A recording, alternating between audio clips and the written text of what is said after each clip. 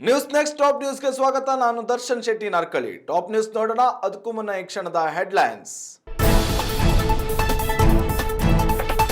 ಕೃಷ್ಣನೂರು ಉಡುಪಿಯಲ್ಲಿ ಮೋದಿ ಹವಾ, ಕನಕನ ಕಿಂಡಿ ಮೂಲಕ ಶ್ರೀಕೃಷ್ಣನ ದರ್ಶನ. ಇನ್ಮುಂದೆ ನಮೋ ಭಾರತ ಭಾಗ್ಯ ವಿಧಾತ. ಕಡಲ ನಗರಿಯಲ್ಲಿ ನರೇಂದ್ರ ಮೋದಿ ರೋಡ್ ಶೋ, ಪಡವಿಗೊಡೆಯನ್ನ ನಾಡಲ್ಲಿ ಸಿಕ್ತು ಭರ್ಜರಿ ಸ್ವಾಗತ. ಉಡುಪಿ ಜನರ ಸ್ವಾಗತಕ್ಕೆ ಮೋದಿ ಫುಲ್ ಫಿದಾ.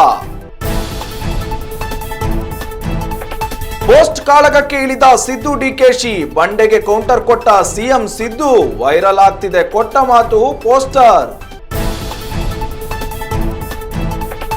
ಯೆಲ್ಲೋ ಲೈನ್ ಮೆಟ್ರೋ ಪ್ರಯಾಣಿಕರಿಗೆ ಗುಡ್ ನ್ಯೂಸ್, ಜನರ ಪ್ರತಿಭಟನೆಗೆ ಕೊನೆಗೂ ಮಣಿದ ಬಿಎಂಆರ್ಸಿಎಲ್. ಇನ್ಮುಂದೆ ಬೆಳಿಗ್ಗೆ 5ರಿಂದಲೇ ಮೆಟ್ರೋ ಸಂಚಾರ.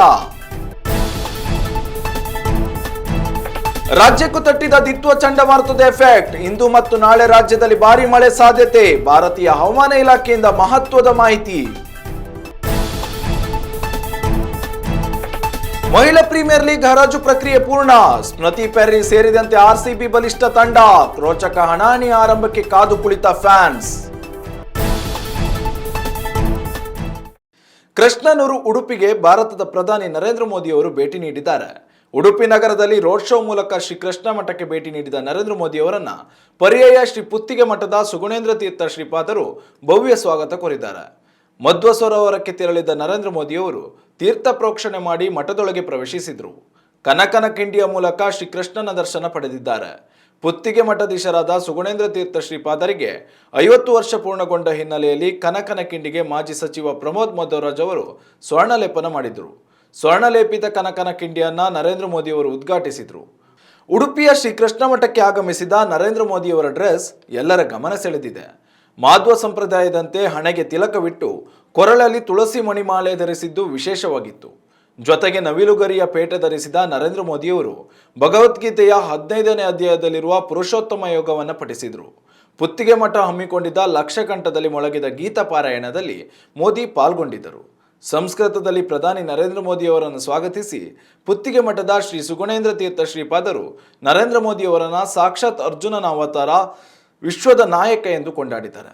ನಂತರ ರಾಷ್ಟ್ರ ರಕ್ಷಣೆಯ ದೀಕ್ಷೆ ನೀಡಿ ಘೋಷ ಮಂತ್ರಗಳೊಂದಿಗೆ ಮೋದಿ ಅವರಿಗೆ ರಕ್ಷಾ ಕವಚವನ್ನು ತೊಡಗಿಸಿದ್ದಾರೆ.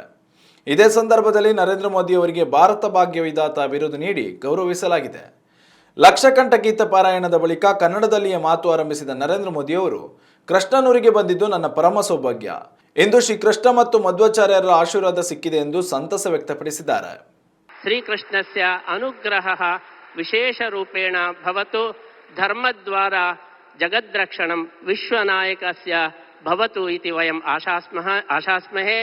ಅಸ್ಮಾಕಂ ಪರ್ಯಾಯಃ ವಿಶ್ವಗೀತಾ ಪರ್ಯಾಯಃ. ವಿಶ್ವಗೀತಾ ಪರ್ಯಾಯೇ ವಿಶ್ವನಾಯಕಃ ಆಗತಃ ಇತಿ ಸಾರ್ಥಕಂ ಇತಿ अस्माकं आशयः वर्तते. तादृश नरेंद्र मोदी महोदय द्वारा धर्मरक्षणं भवतु इति अस्माभिः प्रार्थना क्रियते. शास्त्रे धर्मो रक्षति रक्षितः इति घोषणं कृतम्. अस्माभिः मोदी रक्षति रक्षितः. यदि मोदी रक्षितः, धर्मः देशः रक्षितः. मोदी हस्ते समग्र विश्वं सुरक्षितं वर्तते इति अस्माकं भावना. तादृश अनुग्रहः श्रीकृष्णस्य अनुग्रहः भवतु इति प्रार्थनां कृत्वा नरेंद्र मोदी महोदयस्य अस्मिन् दिवसे श्रीकृष्ण अनुग्रह रूपेण एकं प्रशस्तिं वयं ददामः. भारत भाग्यविधाता. भारत भाग्यविधाता. अस्माकं नरेंद्र महोदयः भारत भाग्यविधाता इति बिरुदु समर्पणेन विशेष श्रीकृष्णानुग्रहं वयं प्रार्थयामः. ಎಲ್ಲರಿಗೂ ನಮಸ್ಕಾರ.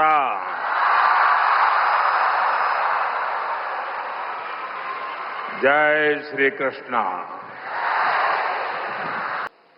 कर्नाटका की इस भूमि पर यहाँ के स्नेही जनों के बीच आना मेरे लिए सदा ही एक अलग अनुभूति होती है. और उडुपी की धरती पर आना तो हमेशा अद्भुत होता है।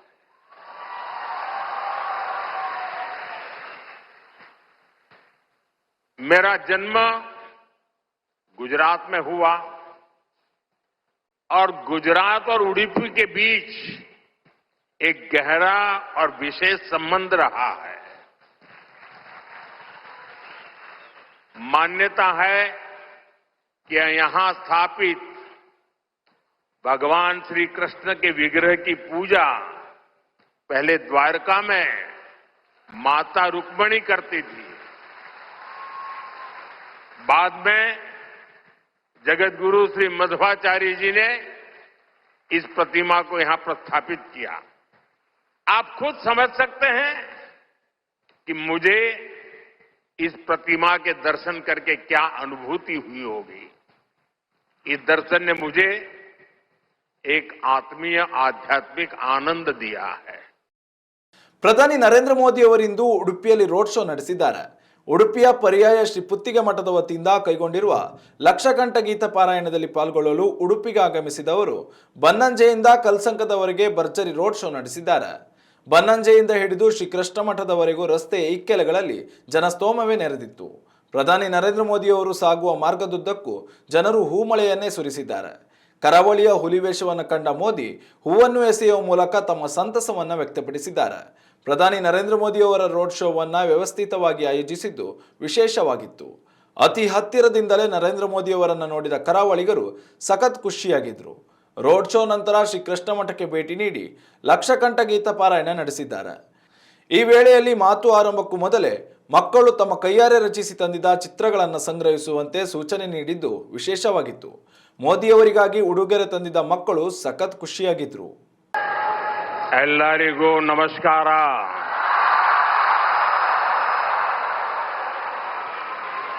ಜೈ ಶ್ರೀ ಕೃಷ್ಣ, जय श्री कृष्ण, जय श्री कृष्ण। मैं अपनी बात बताना शुरू करूं उसके पहले यहां कुछ बच्चे चित्र बना के ले आए हैं। जरा एसपीजी के लोग और लोकल पुलिस के लोग मदद करें, उसको कलेक्ट कर लें। अगर आपने उसके पीछे अपना एड्रेस लिखा होगा तो मैं जरूर आपको धन्यवाद पत्र भेजूंगा। जिसके पास कुछ न कुछ है दे दीजिए, वो कलेक्ट कर लेंगे और आप फिर शांति से बैठ जाइए।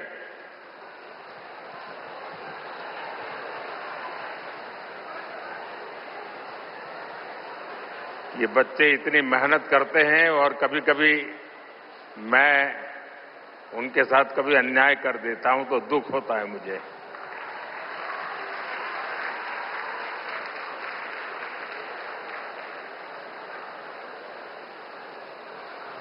जय श्री कृष्ण। ನಮ್ಮ ನಡುವೆ ಎಲ್ಲವೂ ಸರಿ ಇದೆ ಎಂದು ಹೇಳಿಕೊಳ್ಳುತ್ತಲೇ ಮಾಧ್ಯಮಗಳ ಎದುರು ತೇಪೆ ಹಚ್ಚುವ ಕೆಲಸ ಮಾಡುತ್ತಿದ್ದ ಸಿಎಂ ಸಿದ್ದರಾಮಯ್ಯ ಮತ್ತು ಡಿಸಿಎಂ ಡಿಕೆ ಶಿವಕುಮಾರ್ ನಡುವಿನ ಕಾಳಗ ಇದೀಗ ಪೋಸ್ಟ್ ಕಾಳಗಕ್ಕೆ ಬಂದು ತಲುಪಿದೆ.